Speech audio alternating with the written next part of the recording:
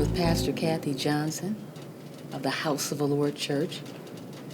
And Pastor Cathy is on a mission, and she has a message she wants to share with the world. She's passionate about and purposeful. And I want you to share with us right now, what is that mission? What is that message? I am a 10-year gastric bypass survivor. And I say survivor because some have lost lives having this surgery. But I am a survivor, a successful survivor.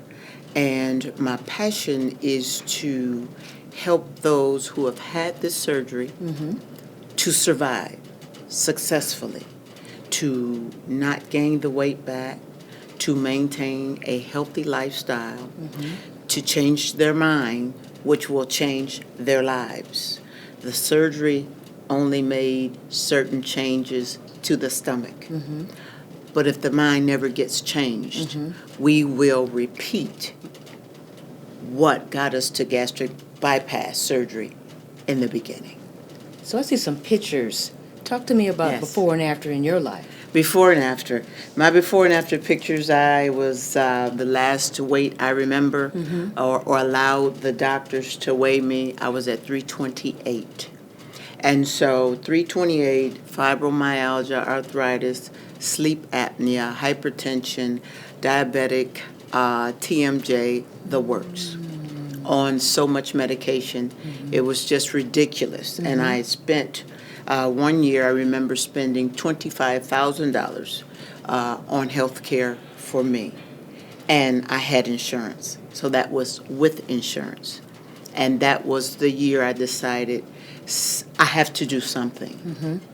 I must do something or else I am going to die. And I felt as if I was dying a little bit every day anyway. Almost immobile, in so much pain.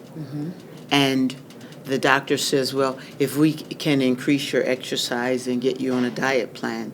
But I believed I had gone past the point to where I could exercise this kind of weight off with fibromyalgia and arthritis. And I thought, well, I could get on some crack and lose it pretty good. But then we'd be missing appliances in the home and money. I wanted to do it. I wanted to do it healthily under doctor's care, and something that was drastic for me. But at that point, I changed my mind, and that's when I began to change my life. So on January 2nd, the Beacon Journal has a new picture of you. Yes. Talk to me about that. That is my after picture, which I am within 10 pounds of the lowest I'd ever gone from the gastric bypass surgery. And they say when you have gastric bypass that you can go back up 20 pounds. Well, I want to be abnormal. Really? I want to be abnormal. I don't want to go back up 20 pounds. Okay. I want to stay within the 10 pounds because that 10 pounds can go to 15, and 15 can go to the allowable 20, and 20 to the 25. So I want to be abnormal in that I limit myself. I change my mind. I change my behavior. Until you change your mind, it's hard to change your behavior. And so I want to have a new abnormal in that I want to be different, and I want to stay different, and I want everybody else to be successful too. So you have a passion then not only for yourself, Yes. but for other people who've had the surgery. Yes. Does it bother you when you've seen people who've had the surgery and then you see them go back up? Yes, and my heart hurts for them because I know what freedom is. I know what prison is, a self-imposed prison. It was a delicious prison, but it brought so many health issues that I was willing to give up the delicious, comfortable, wonderful friend that I made out of food and do something different to get to freedom. To get to freedom. To get to freedom. And I want to help others.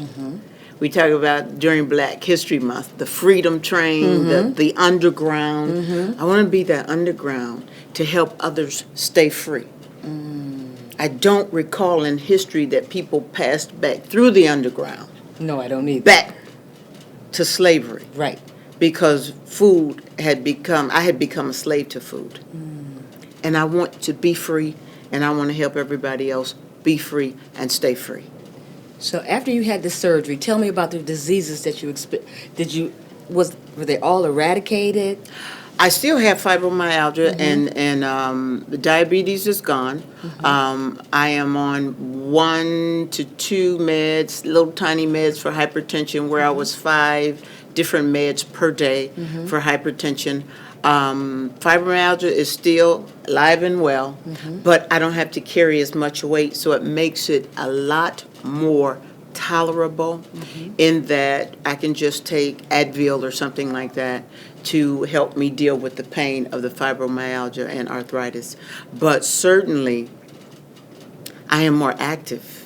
I am alive to where I used to call myself a flatliner. I just existed. This is my second chance at life, and it's on. It's on. It's on. on. I am enjoying life like I have never enjoyed it before. I am free to be who I was on the inside, but the outside kept me from experiencing life. It kept me from doing what I wanted to do. Okay. So talk to me about grief and the relationship with food and grief, and what tenets you're teaching in your support group at the House of the Lord. Oh my God. Grief is such a great part of changing my mind about food. Grief, when I began this journey, it's a journey, it's never ending. And that's probably the most significant part about this for me. It's grief. I am forever changed about my food choices. I try to understand what drives me toward fried chicken or fried French fries, anything fried, fried cheese, fried vegetables, anything fried. What drives me towards that? And so to unlock my implicit bias towards fried foods, it's like I've been programmed somewhere in my past, in my unconscious, to prefer that. So to uncover some of those things, and that's where I want to unlock people, to get them, and as I learn to unlock myself, maybe I can unlock some other people, that it is back in here, it's in here that drives you to the point where you're not living, you're just surviving. I want to eat to live instead of living to eat. And in my support group, it's all new, and we've tried behavior modifications in support groups and gastric bypass, and I've looked at my counterparts, and they're not working. If it was behavior modification only, then we would all be free and stay free. There's a grief component that when you change the relationship you have with food, you will experience grief. For instance, receptions, graduations, weddings, funerals, everything is centered around food. Yes. And was nothing better than good funeral chicken. You hear me? Nothing better. I look forward to the funeral chicken, not the funeral itself, but I knew they had fried chicken. So for me, it is grief in that I'm changing my normal pattern of choices for food. And then I change that. I'm angry. Then I'm glad I made it through this meal. Okay. It's one meal at a time.